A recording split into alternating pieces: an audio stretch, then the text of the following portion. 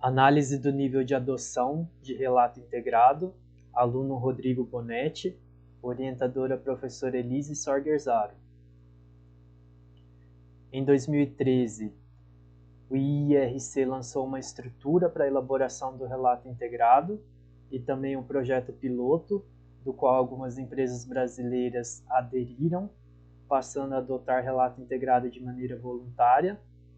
Para ser considerado relato integrado, deve seguir a estrutura do IIRC, que estabelece 3 conceitos fundamentais, 7 princípios básicos e 8 elementos de conteúdo. Cada elemento corresponde a uma pergunta que a empresa deve responder. Um desses elementos de conteúdo é o da visão geral organizacional. Para atender esse elemento de conteúdo, a empresa deve responder o que ela faz e sobre que circunstâncias. Esse elemento ele é composto pelo ambiente interno e o ambiente externo. Zaro fez um estudo em 2015, estudou os relatórios de 2013 das empresas brasileiras que participaram do projeto piloto do IIRC, analisou as características gerais desses relatórios e também a maneira que essas empresas atendiam a todos os elementos de conteúdo propostos pela estrutura do IIRC. É um estudo extenso que tem cerca de 170 páginas e no final desse estudo, Zaro sugeriu que em estudos futuros seja feita análise comparativa de relatórios de vários anos dessas empresas para identificar as mudanças nesses relatórios.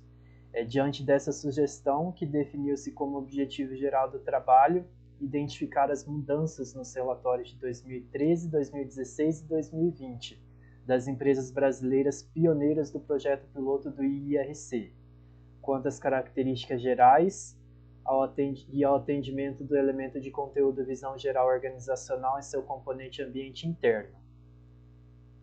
O referencial teórico aborda sobre o relato integrado, a origem, o conceito e estudos relacionados. É uma pesquisa descritiva. Primeiro foi realizada uma pesquisa bibliográfica sobre os temas de desenvolvimento sustentável, IIRC, relato integrado e visão geral organizacional. Depois foi aplicada a técnica de análise de conteúdo nos relatórios de 2016 e 2020 das mesmas empresas estudadas por Zaro e com as mesmas categorias de análise utilizadas por ela, para identificar as categorias gerais desses relatórios, a divulgação das categorias e a menção dos capitais. Logo em seguida foi comparada essas informações obtidas dos relatórios de 2016 e 2020 com as referentes aos relatórios de 2013, apresentadas no estudo de Zaro, feito em 2015. O quadro azul mostra as categorias utilizadas, são 8 no total, são detalhamentos, cada categoria é um detalhamento para ajudar a responder a pergunta o que a organização faz e sobre que circunstâncias. E o quadro do lado, o quadro 3, mostra as palavras ou expressões utilizadas para buscar nos relatórios por cada categoria. Como resultado de discussões em relação às características gerais dos relatórios, tem esse gráfico mostrando a variação na quantidade de páginas.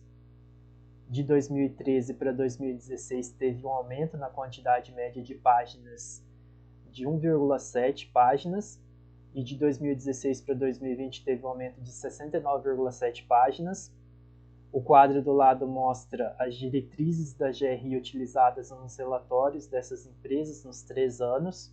Apenas com essas informações da quantidade de páginas e das diretrizes da GRI utilizadas, não é possível determinar se os relatórios ficaram mais concisos ou não, porque outros fatores influenciam no tamanho desses relatórios, como a quantidade e o tamanho das fontes, das letras, de imagens, da materialidade. Então é necessário um conjunto de informações maior para identificar se os relatórios ficaram mais concisos ou não. Quanto à divulgação das categorias, nenhuma empresa divulgou todas as categorias em nenhum dos anos. A visão foi a categoria menos divulgada nos relatórios de 2013 e a composição acionária nos relatórios de 2016 e 2020. Algumas categorias foram divulgadas por todas as empresas em determinados anos, como, por exemplo, a estrutura operacional e as principais atividades, que foram divulgadas em todos os relatórios de 2013 e de 2016 e 2020, quanto à menção dos capitais. O capital social e de relacionamento foi o capital de maior destaque em todas as categorias, nos 3 anos, seguido do capital financeiro, e os de menor destaque foram o capital intelectual e o manufaturado. O IRC afirma que a empresa não precisa reportar capitais indiretos ou insignificantes para a empresa.